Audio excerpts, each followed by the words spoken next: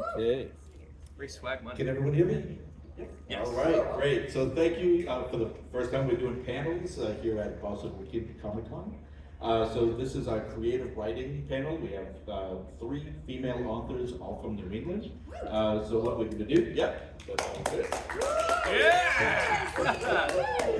And we'll start first just with introductions, and we'll start with Sarah. Hi everybody, my name is Sarah Biglow. I write urban and portal fantasy, and I also write cozy mystery under the pen name S.E. Biglow.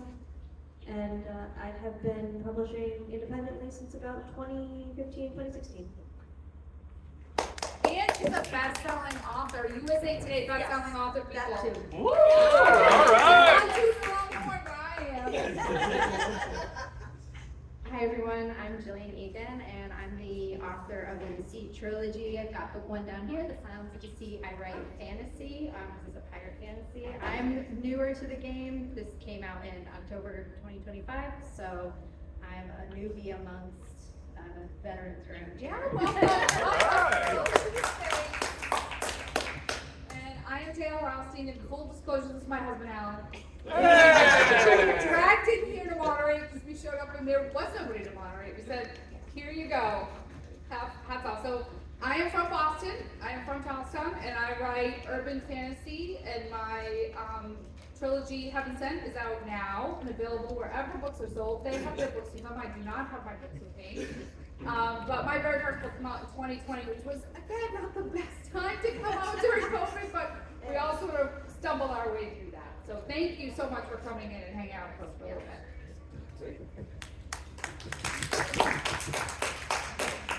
Okay, so first we're going to start with Jillian. Jillian, what was the inspiration behind your first book? So I had about 3 different things that inspired me that are based on my 3 main characters. My female main character, who's kind of the leader of the show, is someone who suffers from chronic illness, which is something that I was dealing with when I started writing. I was officially diagnosed with Ehlers-Danlos right before my book was published. And so it was really nice being able to vent through Rosalie and kind of imagine myself in the fantasy world, even if I'm not the strongest. Crow, my pirate character, came from Cape Cod. There's a lot of pirate history around there.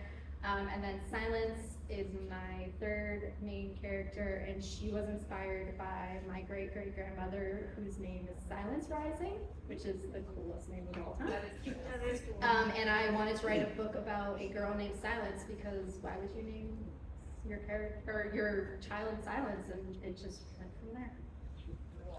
Great, Natasha, let's go. Going in order, so Yes. it's me. So I love fantasy on TV also. I love the Punisher. That's like my favorite character. And he's just smashing people. It's just like the best night ever. But I was like, women can do this in fantasy. Women can smash people and kill demons and do all of this. So I wanted to write some strong females characters, and then I broadened it.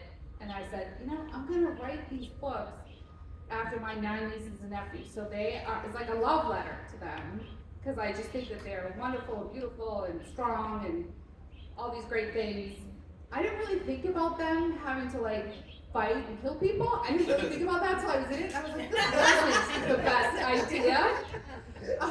But yes, for me, I wanted to see females in that role. Obviously love Buffy the Vampire Slayer, Jessica Jones. Love seeing that in these characters. I just thought we needed more of it. And I decided on the first book that I dreamt of this character, Gabriel, coming to me over and over again and saying, you have to tell my story, I'm missing and my wife is looking for me. And so it kind of drew out from there, so each book follows one of 2 sisters. And my nieces and nephews love it. And a quick little funny story was my niece has a daughter of her own now who is 6. And she saw the cover of the book and she was like, wait, you fight bad guys? And my niece being really quick, she was like, I do, but that's after you go to bed. So you don't get to see that. So a really funny thing to pass down is like, you fight bad guys? It's like, I do. I do fight bad guys. So it's very, very fun to do. And then that led us on this whole journey of going around and doing shows and meeting wonderful people and selling our books and keep writing in the genre. So very, very exciting stuff to come for us as well. And I came at it completely differently. So I actually have two semi-related stories. So I am also a licensed attorney. I don't practice, but I am licensed. And in law school, my brain did some weird stuff. Like my first year of law school, in our torts class, we were talking about, whether pregnant women can commit torts against their unborn babies if they're doing drugs or drinking alcohol or whatever. And for some reason, that spawned a 90,000 word women's fiction. Go figure. And then in my second year, in criminal procedure class, we were talking about searches and seizures, and my brain went, ooh, what if we wrote a book about a witch cop? I don't know why, but I did. This is actually it. It went through, I kid you not, 6 different drafts before we got here. Over 6 years. Like, she started out with a brother and a dog. And like didn't know about magic.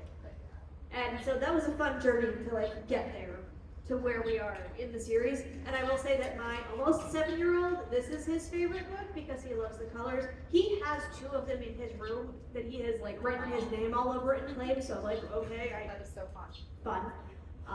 I also, for his birthday, don't tell him, wrote him a book where he is the main character. Aww. I get to give it to him next week. I I can't have wait. a follow-up though. Do you still practice law? Do you actually practice? Do you work in law full time? So I work for the Commission Against Discrimination as an investigator. I have been there since 2012 when I graduated law school, so it'll be 14 years in September. All right. Don't discriminate. There's one thing you can take away. Don't do it, or I'll write you into a book. Yeah, well, that's the other thing that writers will warn you of. You can always be written as a character. So, Sarah, for the next question, it's, as we've mentioned, you are a USA Today best-selling author. Can you share your journey as that author, and what have you learned from it? So I actually, for those of you who don't know, back in like 2018-ish, 2019, kind of the big thing was to do a multi-author box set. So you and like 20 other people, you're in this big box set, and you're pushing the pre-orders for like 6 months, and it was like, a 99-cent pre-order everywhere, and you just, all of you worked together to push it, and we actually did hit the list. Literally, we released about 4 days after I had my son, so I'm like in the hospital just having had a baby, and I'm like, I'm so sorry, I can't help, guys. Like, but yeah, we hit number 111 on the USA Today bestseller list. All right. 2019. It was actually the first time I co-wrote with a friend of mine, and she and I had both had the same literary agent for a period of time. And that was literally the only thing good that came out of that, was me like connecting with her, so that was fun. And we have now since written 3 different series together. I have 2 of them as omnibuses at my table. They're very, very pretty and are looking for good homes. So please come and So support please her come. after. I am at BC 314. I'm next door. She did come see I her don't too. have a sign. But you'll find her when you go sit down. Yes, you will. You won't miss her, I promise. So yeah, the journey, I mean, literally that was a lot of work for that like 6-month period of time. I got the title. Yeah. I honestly, I won't lie, I don't know that it really helps. It's nice to have, but I don't know that it necessarily helps all that much, to be completely frank. Jen was Jillian's saying, like, wait. So Jen was saying that it's something that you can always Yeah, have. it's no, yours. yes, Like, you never absolutely. take it away. It's like a graduate certificate. Like, Yeah. it's yours for That- life. no, And- that is and true. Maybe just to put it in context, so for people, so we're independent authors, so it's Yeah, really so, helps that we're pushing our books. And how many books do you have to sell to make it on the USA Today So- bestsellers in 1 month? This is 1 month you gotta do it to be measured. Yeah, well, I think it's actually, when I did it, it was 1 week. But I think they measured over the month, so I think Okay. you gotta move It between was like 4,000 and 6,000 1,000 copies, yeah. of the book in 1 month. Yeah. Which is really, It's for a really hard to non-traditional do. book, it's hard. Yeah, so that was Yeah. partly why, you did it as the group, because Right. you have 25 people pushing it every day, everywhere. I mean, it was a lot of work, we did it.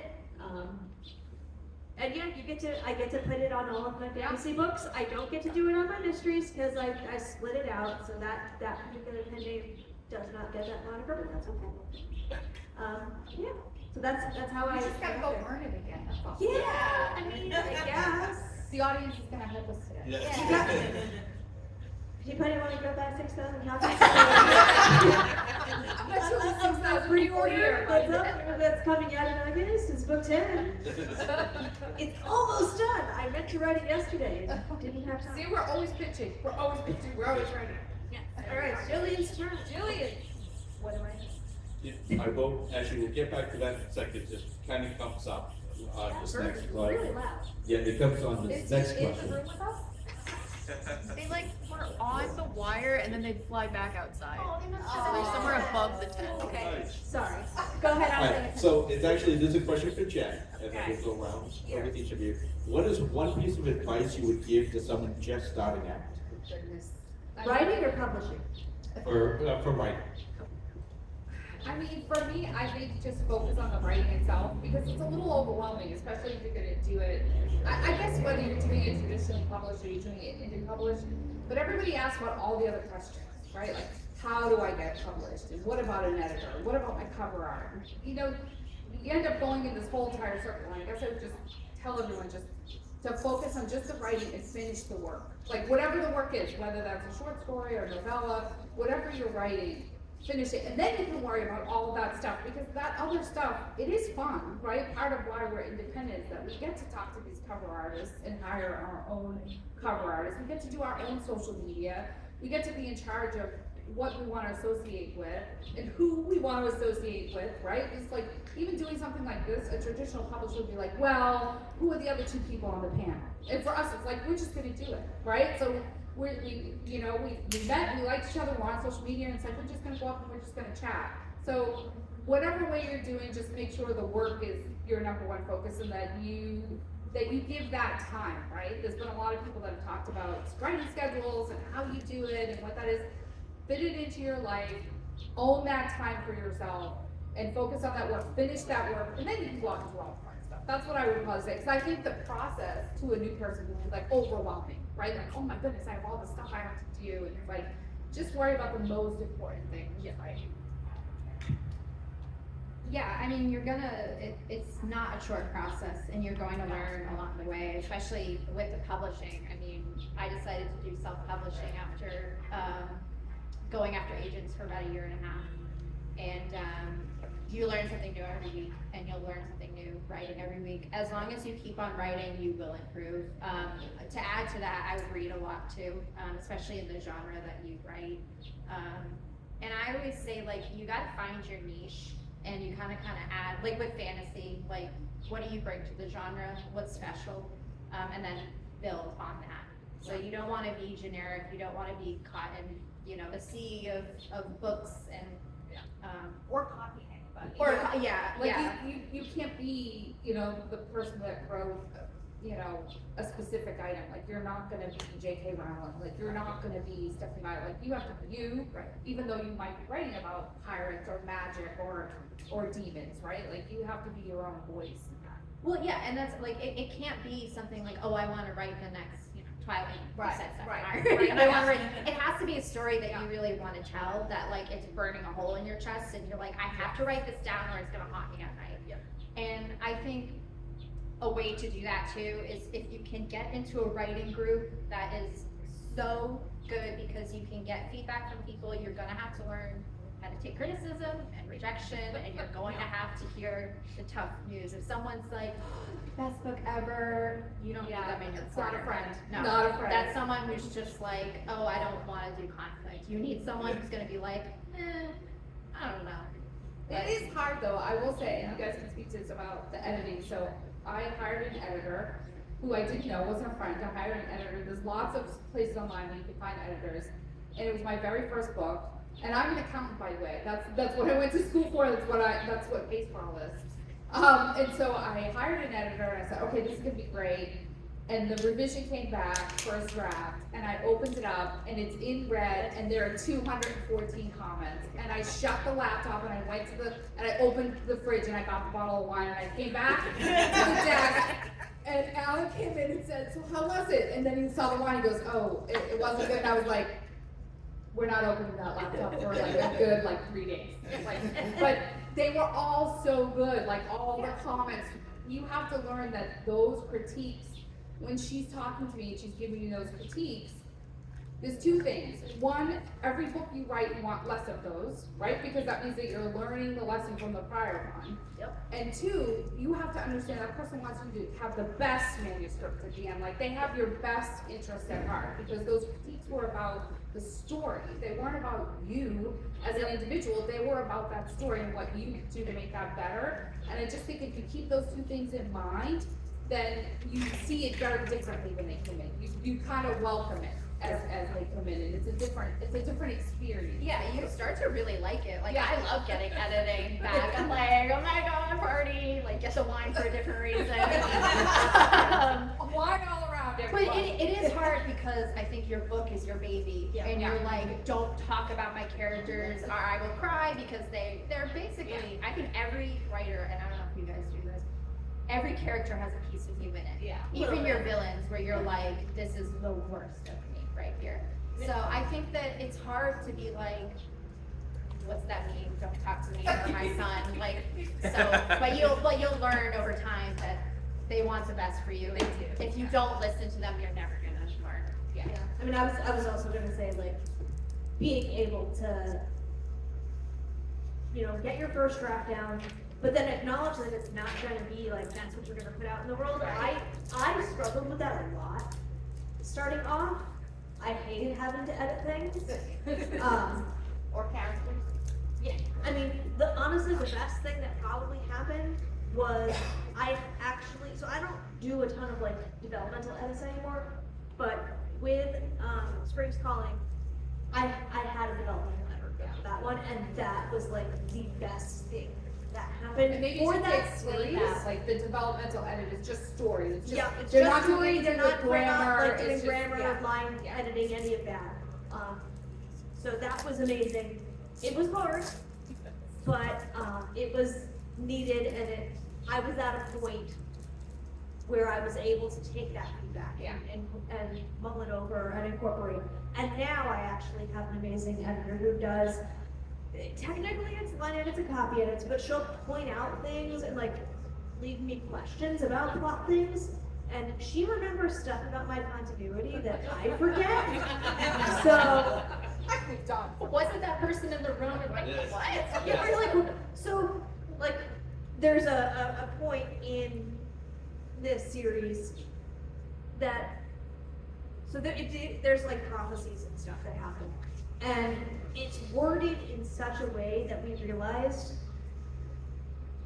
that there was a character that comes up in a later book, and we're like, oh, that person can't be alive anymore. This doesn't make sense. They've gotta go.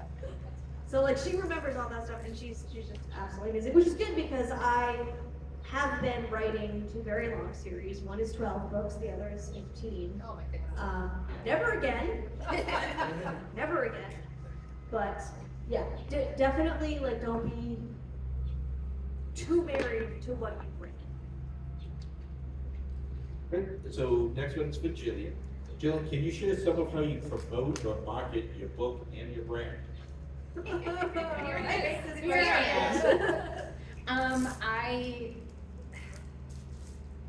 I was very anti-social media, which is not a place to be in this day and age.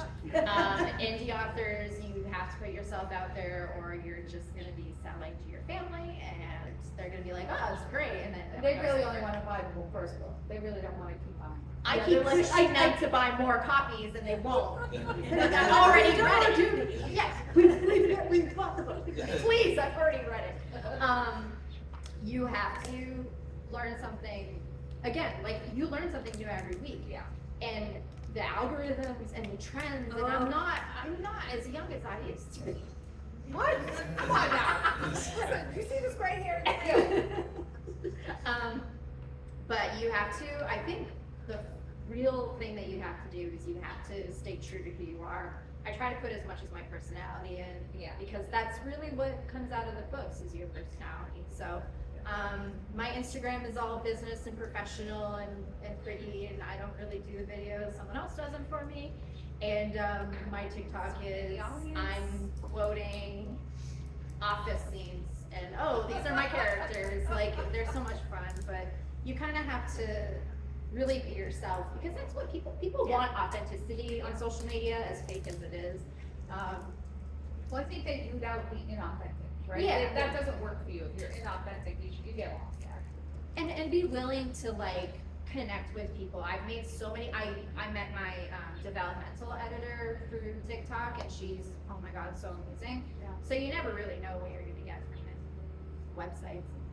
Yeah. It's a lot. It's Yeah. You have no idea until you're in the middle of it. You're like, oh, this is my list of to do for social media. I need to get better at social media. I have so many other things in my life. I work, I have a child.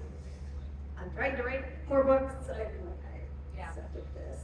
It can be like a part-time job. Yeah. Oh, Social yeah. media. Yeah. It definitely is, and I would say for someone first starting out, like try it all, and then find the one you're most comfortable at, or the one that the audience seems to connect with you. Because just what works on Instagram for one, may be Facebook for another, might be X for another, and all the social medias have a writing community, they have a reading community, they have people that you can connect with. But it's funny, like I never saw myself as an X user, and I stay away from all of the political, hateful, garbage stuff out there, but that's our biggest audience. Like I'm like, why are all these people out here talking to me? Like this isn't even the platform that I would normally typically use.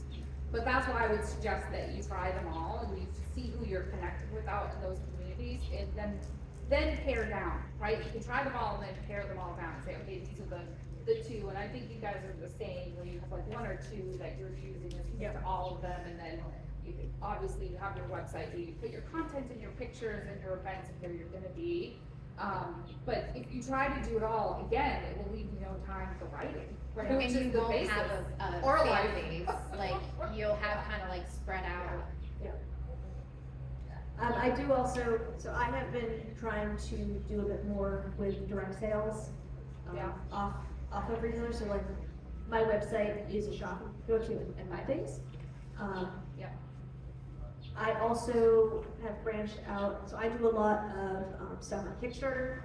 I release all of my books there first, often in some sort of special edition. So I do that.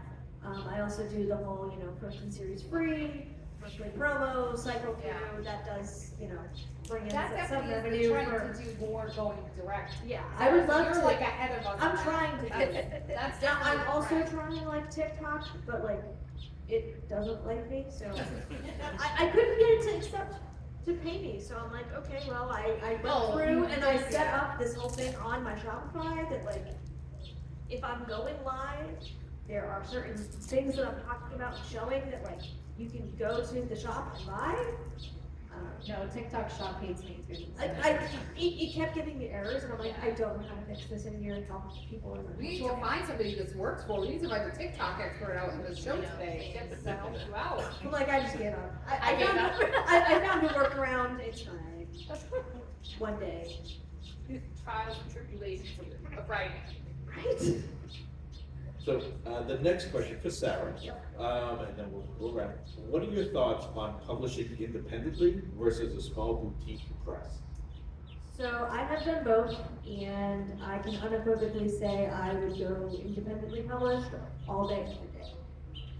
Because, and maybe this was just my own experiences, there was really no marketing.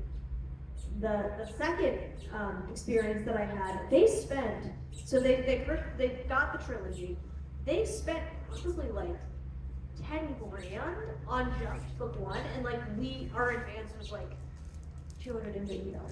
Yeah. And so we were never gonna see any money from those books ever. and they didn't really market it. So yeah, I like being able to be in control of what I'm doing. I like the freedom to try different things, see what works. I like having all of that control. Maybe I'm just a little bit of a control freak. It's the lawyer in you. Maybe. Oh, yes, I don't have any experience with small press other than, seeing all the nightmare on Yeah. threads Same. being like, Don't do my it. small publisher just, Close. you know, they just Yeah. told me that they're done. I'm like, oh, okay. You get so much control, you get to pick your editors. My gorgeous, stunning cover artist, I'm pretty sure it would look horrible if I wasn't able to pick it. Because you know your book better than anyone, and you want to have that. I think most indie authors are control freaks because we want to be able to be like, this is my book, and it will look like this, and it will say this. You have to give up some control to your editors, and like we said, like they know a little bit more than you And do sometimes. fans, right, your reviewers, say. Yeah. Yes, Right. yeah. But I think in this day and age of social media, you can do so much more. Traditional and small press, like you said, they will not market for you. So you're gonna have to market no matter what. If you're traditionally published, you're gonna have to market, so why not do everything else yourself? Plus you learn some cool new skills, like I've been learning Oh, yeah. Photoshop skills Yeah. for things. And I'm like, never would have had to do that before if I didn't do this. Yeah, I mean, I don't have any experience with small press either, but I will say just for the audience, just in case they're not aware, it's like, obviously you have your big publishers, everybody knows who Penguin and knows Simon Schuster, Random those guys House. have Random House, everybody knows who they are. You know, you have the big five, and then, all of a sudden there was this pop-up industry of like, they were calling themselves independent presses, but then they changed that lingo and started calling themselves like boutique, small press, small indie press, and really these were just people online, probably working out of their house, buying manuscripts, telling you, making all these promises, right? Like almost like a used car sales. We're gonna put advertising dollars, we're gonna promote this, we'll get it in Barnes and Noble, and all that is false. You're not getting physically in Barnes and Noble unless you're with one of the big presses, or you as an independent author go to your local Barnes and Noble. And put maybe it they in will, there. or maybe they won't, depending on Yeah, how but you have your you books. go talk to them, you go have that conversation. You can get your ebook copy and you can order through Barnes and Noble for our books, but like physically in the book. So they made a lot of promises, and a lot of authors went to them based on those promises, and there are a lot of nightmare stories about them closing or just closing up shop, and like these authors never saw a dime, right? It never made it into Barnes and Noble and never made it out there. So we, I attempted to go traditional as well and get an agent, and that industry, as everyone knows, has changed because now you're not getting a book deal unless you have an audience. So like you'll notice if you're watching the news, it's like this anchor has a children's book and it's a bestseller because they already have this built-in audience. So publishers are having a tendency to give the book deals to somebody who already has a built-in audience, and so there's not as much room for what they used to do, which is just based on the work, right? Like we're gonna hire you just based on whatever works. So I think the indie market is getting bigger, and you have to look at small boutique press, like you have to avoid that, right? This is the pitfalls. These are the dangers that are out there. Everyone's looking to get your money. We'll market it, we'll take your pictures, we'll do all this stuff for you. It's amazing how many people pitch So many you, scams. so many pitches for, just give us $500 and we'll make Oh, this and- video And if they ask you to give them money to publish your book, oh yeah, that's the run first sign. fast and run far, because that is a Yeah. vanity press, and Yeah. that is a scam. That's how you kind of know, because if you get an agent and they go to Penguin, you're not paying for that, right? Penguin's making their money back by selling your book, so you're not paying for that. So be wary of that. There's a lot of them. There's a lot of people who Writersbeware.com. Yeah. It's no, it's a website, and it will tell you all the new scams. I get like 10 scam emails a day. Yeah. Now, if you put your book out, they will be like, I read your book, it was great. And I'm like, I didn't make any sales this month. Like, did you read it? Did you steal it from me? Probably. What was the Yeah. website again? Writersbeware.com. Yeah. I think it's .com. Don't quote me. Yeah, if you just Google writer beware. they post a lot of like scams, vanity scams, like the emails, they'll change their trends. I almost got hooked by one the other day. Well, I it's definitely using did. AI, so this Yeah. has become, the language is changing, it's becoming very personalized, and it looks Yep. real. Well, if they use anything from your description, like The they'll, back book cover. yeah, if it sounds like AI where mine is like, oh, like enemies to lovers, like I love Rosalie and Crows, like banter, and I'm like, okay, you're reading my blurb out to me, like I know what it's about. Or reading my website. Yeah, right. Yeah, so that's a great resource. And so the final question that I have, and we'll go to Jen, something Nobody's that. asleep yet. Yeah, no, this is great. Here, 2 and 3, everyone's awake. Okay. You're looking, you're fading, I'm coming into you. Stay with me. I promise, I'm just on the edge of my seat. Love it. So something that is happening quite a bit now in the industry. So what are your thoughts on the use of AI in this industry? I don't know why I got this question. Listen. The big scary AI. This is very hard, right? Yeah. Because AI is a new technology, it's here, we can't put it back in the bottle and get rid of it. At the same time, I mean, myself personally, I draw the line where it's like, if I'm selling something, if I'm selling you a book, or I'm selling you something, I have to have created it. I don't feel good using AI to create anything and then saying to you, give me that money that's in your wallet, right? I feel like that has to be original work and it has to be for me. Having said that, I use it to help with social media posts. I use it to help keep my schedule and to keep me organized. Like little monotonous things that I know I would forget, I'm using AI for. Sometimes I use AI to help a little bit with research, like where can I go read about this? And it will say, oh, here's all the different places that write about this particular topic. So I'm not gonna lie, I use it, but I would never use it in my writing. I would never use it on my blog posts. I would never use it for anything that either I'm telling you is authentically me or that I wrote about.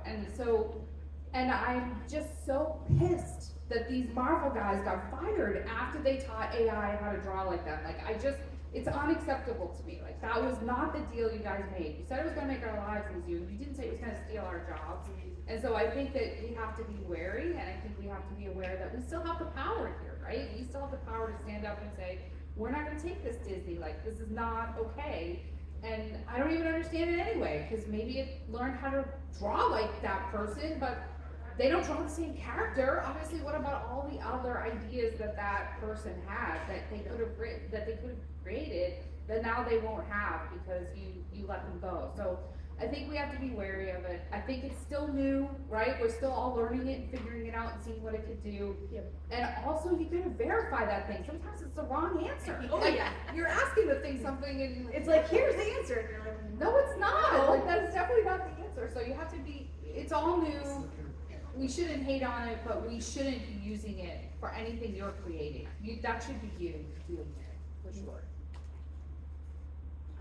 I will say, I also use it, in terms of like helping me like punch up a blurb or Yeah. like advertising copy. I will admit, I have used it to like teach me how to do this thing in Photoshop. Like, walk me through Yeah. step by step. I did have a funny story.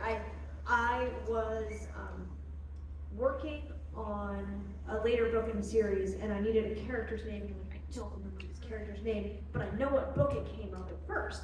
And so I gave the AI the manuscript, and I'm like, I need to know this person, like the character's ex-boyfriend's name. Find it for me and give me the page number and chapter Yeah. number that you Perfect find for it that. on. Perfect for that. It made shit up. And you were like, wait, page 66, that doesn't even exist. I'm like, Dad, none of those were right. And then I went back and found it, and I'm like, by the way, it was this, and it was here and here. And then I was like, oh, you're right. I'm like, Yeah, saying sorry to me later when you're Right. helping me feel better. does not help. But yeah, no, I definitely will use it for a lot of Photoshop type things, like teaching me. Like, so I transitioned to using a Mac. I'm a PC person at heart, but all of my book-related things are on the Mac, and so I'm like, okay, well, it makes sense to do that. But I'm like, how do I do this thing in Mac that I don't know how to do, but I can do it on the PC? So I use it for that, but again, I don't use it for editing. I don't use it for audiobooks. I pay my SAG union narrators Yep. an appropriate, perfect shout out. And again, I absolutely adore my cover designer who has done pretty much every single cover I have. They treat me very well. I've been with them for almost a decade, deranged doctor design. They are on the pricier end, but they are excellent to work with. They are early in their delivery. They are great with feedback. They give you, if you are like, become a repeat customer, I get stuff for free from them. Yeah. Like, here, have a box set design. Here, have some like random free like animated stuff. 25% off that I. Like I get, they also do like extra like console stuff. Like, And so, did they tell you they weren't using AI? yes. Yeah. Yeah, you No, have they to have double on, check. they You have have to on their ask that website question. that they do not Yeah. use, Yeah. they don't use AI. So that is where I stand. I don't use it. I will not bend down to the corporate rowboat. I saw a comment once that said on AI books, why should I bother reading a book that you didn't even bother writing? Yeah. That's It's true. And ask someone to pay for it. Right, to Take pay the for it? No, Like, to pay full yeah, price for it, wild. no. Wild. It's becoming a real problem, people that are publishing hundreds of thousands of titles and muddying up the waters, and, I think there's a good war to be fought. You'll see a lot of people who will out AI authors and be like, no. And the artists, the same And with the artists, yep. You know- Especially here at Comic Con, you'll see that, there's a lot of Yeah. pushback at the Comic Cons about the comic book artists, like, being mad at the other guys that are in the room that are Yeah. using AI and charging for it, and feeling like that's not right. Because AI, when it was first pitched, it was like, it's gonna make our lives easier, we're gonna have more time to work on the arts. And now it's saying, no, we're gonna make your work more difficult, and then we're gonna take over the arts. And it's like, it's called humanities for a reason. You need to have humans be part of it, I'm sorry. So no, Hell yeah. I don't like it. I will just, No, I don't know just, who that is. I will just say one thing, because I'm a little older. I remember the late 80s, early 90s when the internet came out. Yeah.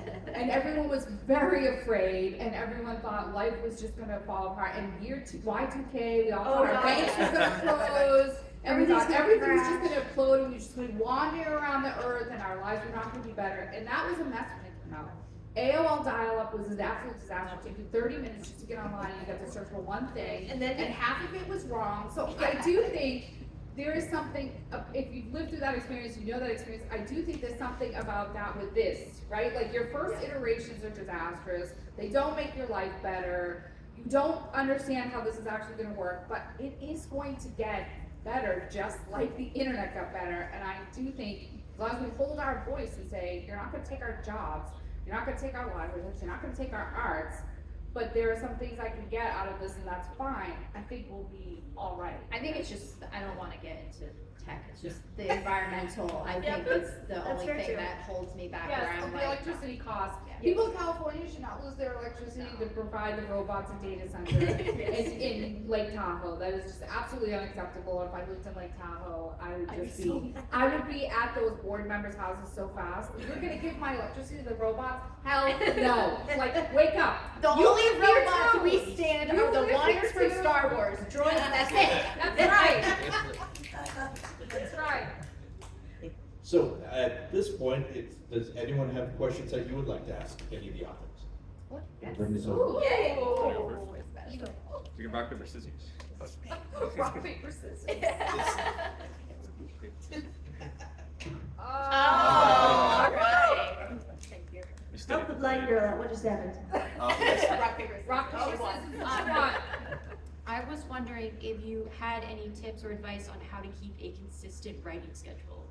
Oh God, I'm I still knew I would trying. tell you. Yeah, I have this whole big plan of what I'm gonna do, so I'm now working from home 3 days a week, and I'm like, I'm gonna get up in the morning when my husband takes our kids to school, Best laid plan. and I'm gonna write and get my chapter and a half every, like those 3 days, it hasn't happened yet, I keep trying, So, I try. I went to school for creative writing, and they don't teach you how to make a schedule. My writing professor was like, if you sit down and you stare at your laptop or whatever you use to write, and you just write down you made it, you wrote down one word. Honestly, I think you can't force it. If No. you're like, I cannot write this, you can't write it. Always understand that this is the worst draft. It'll always get better. So as long as you're writing garbage, no one needs to read it. I have things that will never see the light of day because they're terrible. So just don't hold yourself back. Well, I would say to be realistic, like you work full time, right? Like are you going to school full time? Like if you're doing something full time, don't create some crazy schedule that you're gonna write for 20 hours part time. That's not realistic, right? But could you give yourself an hour on a Tuesday and an hour on a Saturday, and then protect that time? Like announce to everybody, my 6 to 7 p.m. on Tuesday night is mine. Whether I write or I don't, or I just stare at the screen, it's mine. And then protect that time. You might have more success. Yeah. I think if you're gonna say, I'm gonna write every Saturday for 4 hours and every Sunday for 5 hours, like it's not gonna happen. And then you're gonna spin out, right? Because then you're gonna think, oh, now I'm passing, and now you're mad at yourself because you didn't stick to that schedule. So just try to, look at your own life schedule and see, could I squeeze in an hour here and here and then protect those timelines? You might have more success doing that. I will say I am a perpetual like. If Procrastinator? if I'm not writing, I feel like I'm like, Oh, I have the writer guilt where I'm Yeah. like, I should be writing, but I feel like Right now. right now, I but should be like, writing crap. right now. Yeah. But it's a work in progress for me. Like I'm trying to be more grace giving with myself and like Yeah. giving myself time to recharge because I will inevitably get to a point where like I get X amount into a book and then I like hit the burnout of like I sit down to write and I'm just tired. Yeah. And then obviously I'm not gonna write because I don't have the mental focus Yeah. to do it. So So be just very realistic. Be realistic and be willing to be like go with the flow. Like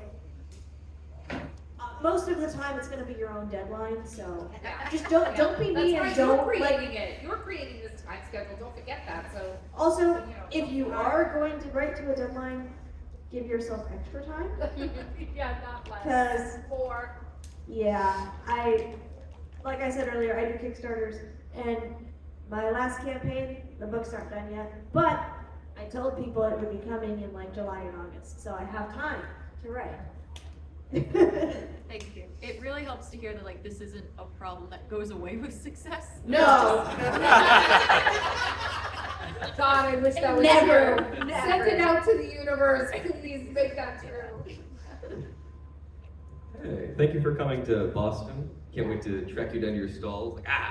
I did have a question about writing groups. I've got a finished manuscript and I send it around to friends because I want to see their takes on it. And I get the usual, oh, it's so good, I liked reading it. Maybe they get like a chapter in and their feedback's always nice, but it's never kind of that critical feedback that you're looking for from a writer. So I was curious, how do you guys find your writing groups? Do you go through institutions like your college or do you search online for already pre-established ones? So I don't actually do writing groups. I'm sort of antisocial. I have my editor and like I bounce things off of her. I do have some. Not tell that about you, Sarah. We cannot. But like I also do have like some writer friends. It's a lot of more like just like bouncing ideas and like figuring out plot holes that way. No, but Jillian has a writer. Yeah, you are a writing group. Like how did you No. find that? So I don't have a writing group right now. I went to college I graduated, unfortunately, I would have stayed. Are you in school? I'm getting my graduate degree in secondary education. So you're smarter than me. Do they have creative writing classes at your school? Where do you go? If you don't- Framingham State. Oh, okay. Do they have classes? Do they have writing? I haven't taken a look around. Most of my talks with my advisor have been like, what do I need to get my teaching license? Do you have an English That's also degree fair. that you need? Yes. Do it. It's so much fun. They're smaller. Usually, I don't know about Framingham State. I went to Emmanuel. Go Saints. It's usually a smaller class, and you will get real feedback. that's where I learned to really write, and that's where I learned to really get criticism. As for writing groups online, it's a little bit tougher to do the virtual scene, so that's why I say in person if you can. So community colleges usually have those groups, or That's what community Framingham State centers. is. In Framingham State, ask your librarian. That's Oh, the yes. person that's gonna know that answer. Ask your librarian, that's the person that's gonna know who's meeting in the library, who the groups are, and that's a reader, and maybe even somebody who will read that book for you. So be nice to the librarian. You got it. Thank you so much. Thank you. Yeah, question? I was just wondering, is this gonna be on YouTube? Possibly. It is being recorded, so yes, I possibly. think it's what's for the forum. Jim is, so we have some good marketing friends, James and Florence, who are at the Forum Media Network, and they'll carry it for sure on YouTube. But probably most of us have a YouTube channel that we can probably put it out on, so it'll be out there later, so. Just Oh, not- but we've got our time, we just got signals, we've got our time, there's another panel coming in after us. Oh. Any other questions? Yeah, Oh, so, okay. If you guys are good for time, we don't need to, but I can ask you that. Yeah, no, we have 5 minutes. Okay, cool, alright. So, I understand you guys kind of go through, I was curious on what programs you use, for your, like, on the publishing side, and like, what are some good, like free or like budget-friendly options, as opposed to maybe they use now? Oh, so I write on Microsoft Word because I'm old school. Reedsy is a great site. It's all in one. You can get editors, you can get artists, and they have a They do have an formatting. Yeah. Is it free? It's free. Yeah, Okay. it's free. Reedsy? Reedsy, Reedsy. They are fantastic. I use them for everything. If I recall though, they are a little on the pricier side for like editing and covers and stuff. Yes. They So, can be. You They can can- price them out though. You can quote. Yeah. So I use Vellum Oh yeah. for formatting, which is not free, but is amazing. It's worth the money. It absolutely is worth the cost of getting like a cheap Mac and getting the program. You pay for it once, it's like $150. You can format ebooks, print books. You can do special editions. It's really user friendly. I love it. I'm tech illiterate, so and I think. Yeah, it's fantastic, and they're always like, they listen to authors. Yep. And they're always rolling out really cool new features. I like some of their, like, you can like format things with like text messages, handwritten notes. I use that. I do too. And, But I write on Word, and I use Reedsy to find an editor, so, but again, they can be a little bit pricey, but you can quote out and get the one that fits your budget, and you can tell them what your budget is sometimes and make that work with that. Yeah. And then, of course, when you get to the point where you're publishing, you go on Amazon, that's not costing you anything, you're not paying Amazon to put that out. You're doing like a revenue share with Amazon is what essentially you're doing, where they're taking some portion of it, and you take another portion of it based on price. So, Yeah. you know, there are inexpensive options, but I would say if you're gonna spend your money anywhere, it's in 2 places. You want your editor money, and then you want ads. Those are the 2 places to think about spending money. I haven't If it's figured out something- ads yet. I tried, last year I spent too much and it did not go well. Also, I do my writing on forthewords.com. It's very fun. It kind of gamifies writing, so you're like, Well, we have been called, Yes. so Okay, thank we're you gone. everyone for. Thank you guys so much. Thank you. Thank you so much. come see us at our tables, please. Please, We we'll are talk happy to more. continue the conversation. They can't restrain us.